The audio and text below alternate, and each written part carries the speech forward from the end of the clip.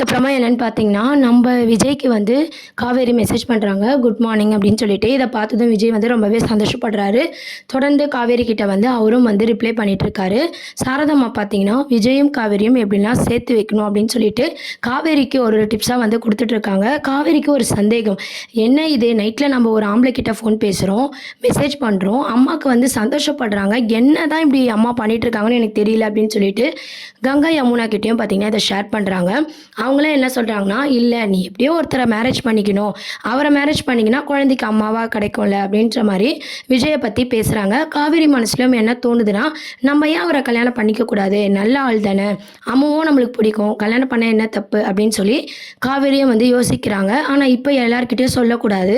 நம்ம வந்து இன்னும் அவர முழுசா புரிஞ்சுகிட்டு, அதுக்கப்புறம் நம்ம விருப்பத்த சொல்லலாம் அப்படின்னு சொல்லி தொடர்ந்து காவேரி விஜய் கூட பழக ஆரம்பிக்கிறாங்க. விஜயும் பார்த்தீங்கன்னா, ரொம்ப சந்தோஷப்படுறாரு. காவேரி கிட்ட இப்ப சேஞ்சஸ்லாம் நல்லா தெரியுது.